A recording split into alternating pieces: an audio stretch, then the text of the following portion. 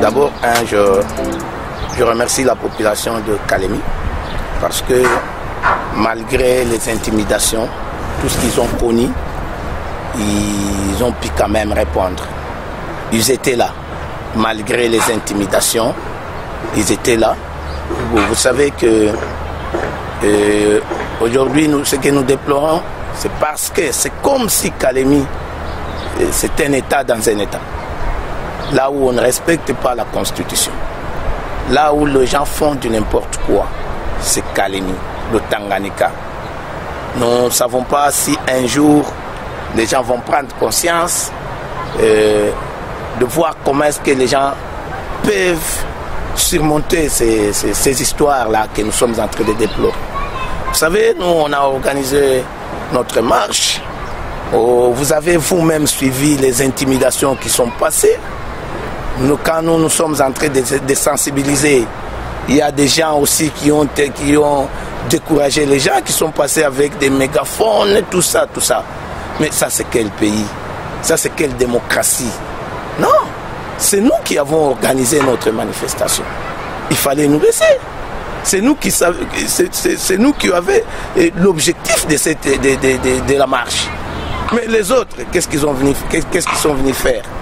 Mais ce qu'on a déploré, c'est voir même les journalistes, et on a même arraché le matériel des journalistes. Ça, c'est encore plus grave. C'est encore plus grave. On ne comprend rien. Mais nous déplorons cette histoire-là. Parce qu'en démocratie, c'est comme dans une famille. Nous sommes dans une famille. Notre famille, c'est le Congo. C'est ça notre famille. Nous avons notre constitution. Mais lorsque nous demandons de faire notre marche, nous informons que nous allons marcher. Cela n'engage que nous. Ça n'engage pas le PPRD, ça n'engage pas le FCC, ça n'engage pas la jeunesse du FCC. Non, ça n'engage que nous et la loi. Il n'y a que nous et la loi. Mais je ne sais pas, les gens, pourquoi est-ce qu'ils étaient agités? Ils étaient tellement agités, jusqu'à tel point qu'ils ont même perdu de contrôle. On voit des jeunes, ils arrivent, ils tapent sur les journalistes. Un jeune qui se dit jeune leader, il s'appelle jeune leader. Et puis il tape sur les journalistes.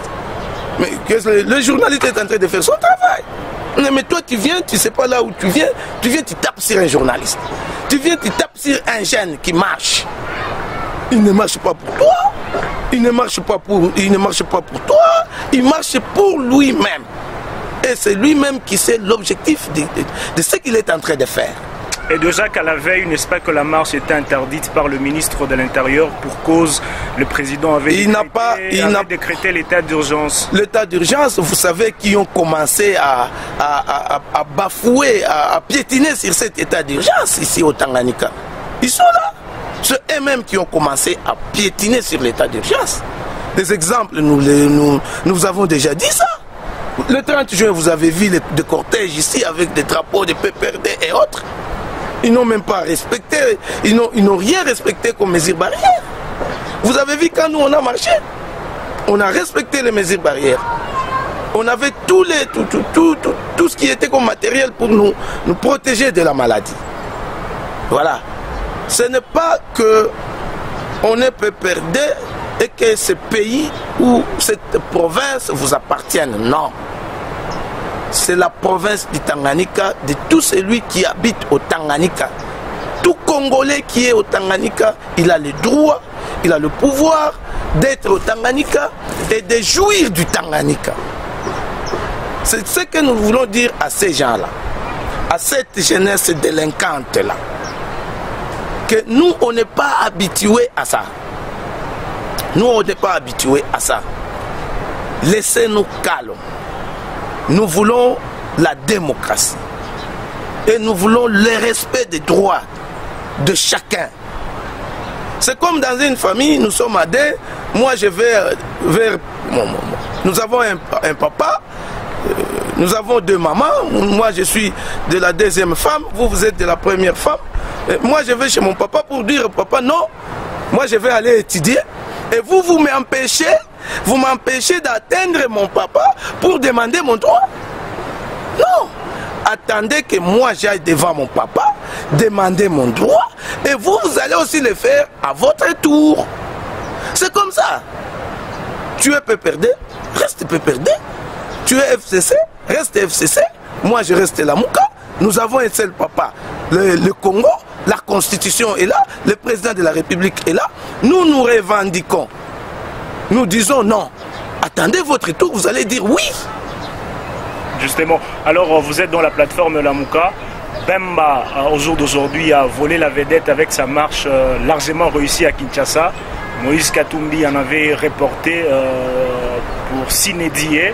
À Kalemi, la marche étouffée. Est-ce qu'il y a des accords ou crise du végétariat au sein de la plateforme Lamuka? Le problème, c'est que le message est passé. L'objectif de la marche, c'était quoi? C'est faire passer le message. Le message est passé. Là où on a dit non à Ronsard, non au Loa Minaku, le message est passé. Mbemba a marché, il est passé avec le même message. Il n'y avait pas de messages différents. Il n'y avait pas de messages différents. Il y avait un seul message. Tu vois, non. C'était le nom qu'on a dit à Minaku, le même nom qu'on a dit à Ronsard. Mbemba est passé avec le même nom. Et nous ici, c'était le même nom. Donc c'était le message qui est passé. Et c'est le message qu'on voulait faire passer. Et le message est passé. Nous, on a réussi à faire passer le message. Et c'était là l'objectif de notre marche. Ce n'est pas que nous, on préparait une guerre ou une rébellion. Non. On voulait aller dire non. Aller exprimer ce non devant la population, devant les autorités et devant la communauté internationale. Est-ce que vous avez un prochain épisode par rapport à tout ceci? Si jamais l'intérêt... Oui, oui. Si jamais que ces messieurs-là ne quittent pas la CENI, si on persiste avec ces manigances, nous allons continuer ça jusqu'à la fin. D'ailleurs, vous savez qu'il y a encore une marche qui est prévue pour le 19. Nous serons là. Bien sûr, nous avons appris qu'il y a une plainte contre Lamuka, Kinshasa, Jean-Pierre Bemba et les autres. Est-ce que vous n'avez pas peur d'être interpellé? Non, on n'a pas peur parce que ce que nous sommes en train de faire, c'est la loi qui nous couvre, c'est la Constitution qui nous couvre. La Constitution dit que nous sommes dans le système d'information. On informe, on ne demande pas l'autorisation, on informe. La loi nous couvre. Nous, on a informé aux autorités maintenant de nous protéger. Plus de 5 militants de votre plateforme ont été arrêtés, justement, brutalement par la police. Est-ce qu'ils sont déjà libérés ou Oui, nos militants ont été arrêtés. Et ils sont partis, nous sommes allés les retrouver en air, on les a récupérés. Ils sont en bonne santé. Un seul qui a été battu par les policiers, il est à l'hôpital, on est en train de les soigner. Mais sinon, les restes, on les a récupérés. Sinon, c'était une libération sous caution? Non. On les a libérés, il n'y a pas de frais, on n'a pas payé de frais, on l'a libéré. Mais cette fois-là, je vous dis que la police a fait son travail. La police a fait son travail. Bien qu'il y ait eu quelques dérapages, mais la police a fait son travail. Nous, on ne déplore pas le travail de la police. Ce que nous déplorons, c'est cette jeunesse-là. Cette milice de PPRD qu'on est en train de préparer pour étouffer les gens. Et écoute, cette milice-là de PPRD qui est en train d'étouffer les gens, qu'ils sachent que nous sommes dans un pays de droit. Nous sommes dans un pays de droit. Et nous connaissons tout ce monde-là qu'on a identifié. Nous n'allons pas croiser les bras. Nous allons les traquer. Nous sommes dans un pays de droit, la justice est là. Nous allons les traquer. Comme ils se disent qu'ils ont des chapeaux, qu'ils ont des parapluies, qu'ils ont de n'importe quoi, ça va. Mais nous savons que la justice est là. Et nul n'est au-dessus de la justice. Cette jeunesse délinquante-là, qui s'appelle leader, jeune et tout ça, nous allons les traquer. Nous allons les traquer parce qu'ils sont identifiés. Comment allez-vous les traquer, justement? La justice est là. Mais la justice va nous aider. Mais vous semblez féliciter la police, et pourtant nous avons des plaintes par-ci par-là que c'est la police qui a frappé sur les journalistes. Non, ce n'est pas la police. Il y a le journaliste, monsieur Vallée, qui a été frappé par un délinquant du FCC. Un monsieur délinquant comme ça, il vient, il s'appelle leader, il frappe sur un journaliste. N'est-ce pas? Et là, nous avons déjà un dossier au tribunal de paix. On a déjà porté plainte au tribunal de paix. Nous allons les poursuivre. Si que la justice va geler, nous savons où amener ces dossiers. Si la justice va geler, nous avons 4 qu'on a amenés au parquet général. Nous avons 1 qu'on a amené au tribunal. Si la justice va geler, nous savons là où nous allons amener ces dossiers. Nous allons les traquer jusqu'à la fin. On ne doit pas croiser les bras. Vous savez, je voulais donner un message à ces jeunes-là. Ici, à Kalemi, il y a une journée qu'on appelle souvent en Swahili Sikuyaba Naume. Nous, on a connu des histoires ici à Kalemi. Les jours que nous ici que vous voyez, nous avons pris les armes pour défendre M. Laurent Désiré Kabila. Nous, c'est le jour où beaucoup de jeunes de Kalemi sont devenus des militaires aujourd'hui, des soldats aujourd'hui. C'est les jours-là où tout Kalemi avait décidé, tout jeune avait décidé de descendre et de combattre sans armes à la main contre les rebelles du RCD. Mais ces jeunes ici étaient où à ce moment-là? Quand nous, on mourait à cause de M. Laurent Désiré Kabila. Quand nous, on se battait pour le Tanganyika. Et on est allé des volontaires dans l'armée. Sans formation. Ici à Kalemi. Tous ces jeunes-là qui se disent aujourd'hui leaders, ils étaient où? Ils étaient où quand nous, on mourait ici? Ils étaient où? Maintenant, ils nous amènent du tribalisme. Aujourd'hui, Kalemi, c'était une ville, c'est une ville cosmopolite. Il y a tout le monde à Kalemi. Il n'y a jamais eu des histoires que nous sommes en train de vivre aujourd'hui. Et s'il y a des autorités qui sont en train d'entretenir des histoires comme ça, malheur à eux. Parce que ça va les rattraper un jour. Parce que vous savez que cette jeunesse-là, qui sont en train d'entretenir dans le mal, cette jeunesse qui sont en train d'entretenir dans le mal, ça va leur retourner un jour, ça va les rattraper. Nous allons devoir tourner la page de cette histoire des manifestations. Maintenant, on aimerait vous demander, c'est quoi votre appréciation de la gestion provinciale depuis que Zoé est devenu gouverneur de la province jusqu'à ce stade? Quelle appréciation formulez-vous par rapport à sa gestion? Mon frère, je me pose la question vraiment si réellement on gère la province ou on ne la gère pas. Je me pose aussi cette question. Parce qu'absolument, il n'y a rien. Il n'y a rien. C'est peut-être un gouvernement spécialiste aux démolitions. Aux démolitions. Il n'y a que des démolitions qu'on a déjà vues. On a vu encore quoi? Donc pas une moindre réalisation? Pas, rien. Pas, rien. Il y a quoi? Monsieur, tu es là, dis-moi. Je cherche quelqu'un pour me convaincre. Il y a quoi? Si seulement des démolitions. Il y a quoi encore? Un gouvernement de démolition? Le bâtiment de l'Assemblée provinciale ne vous dit rien? Moi, je ne connais même pas qui a construit ces bâtiments, quel était le montant, parce que lors de l'inauguration de ces bâtiments-là, on n'a même pas présenté quel est la société qui a pris ce marché, comment est-ce qu'on a échangé le marché, quel était le montant. Il n'y avait rien. Mais nous ne connaissons pas. Peut-être que c'est une salle de fête d'un privé qui a construit et qui a d'abord donné ça, qui a prêté ça à l'Assemblée provinciale. On ne connaît rien. Est-ce que vos députés de Bayou ont posé cette question à l'Assemblée provinciale? Comment est-ce que nous allons siéger? L'Assemblée provinciale, l'Assemblée provinciale qui est là, je ne sais pas si nos députés ne sont qu'à 8, comme ils ont toujours eu la majorité partout.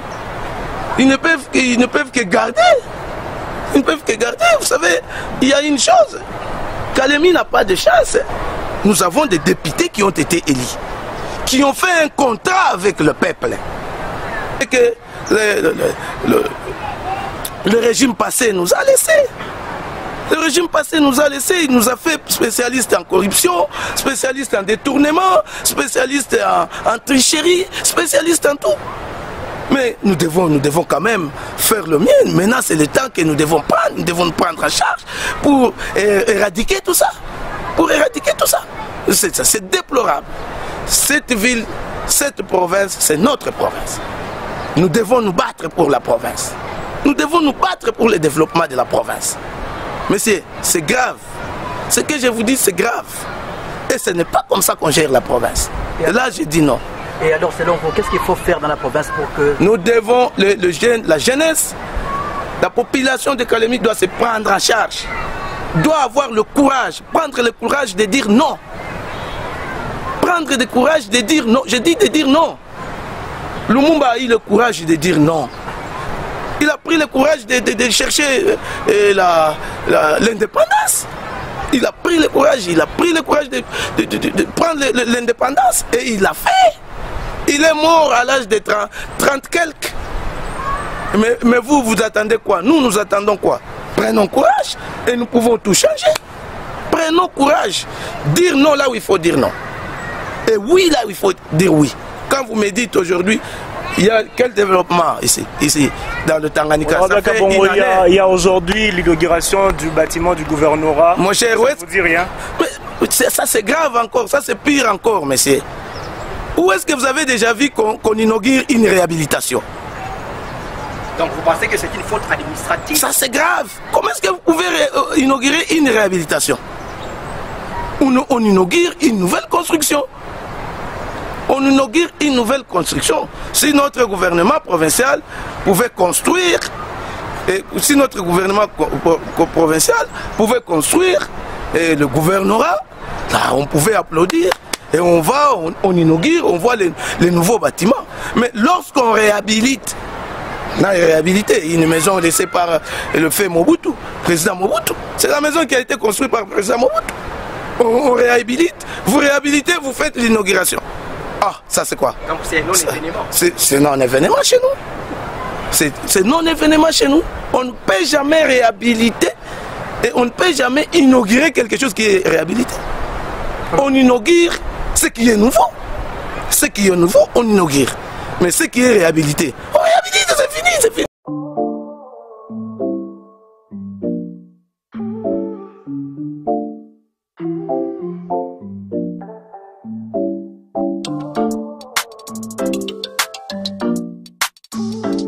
Skirmishers on the beat.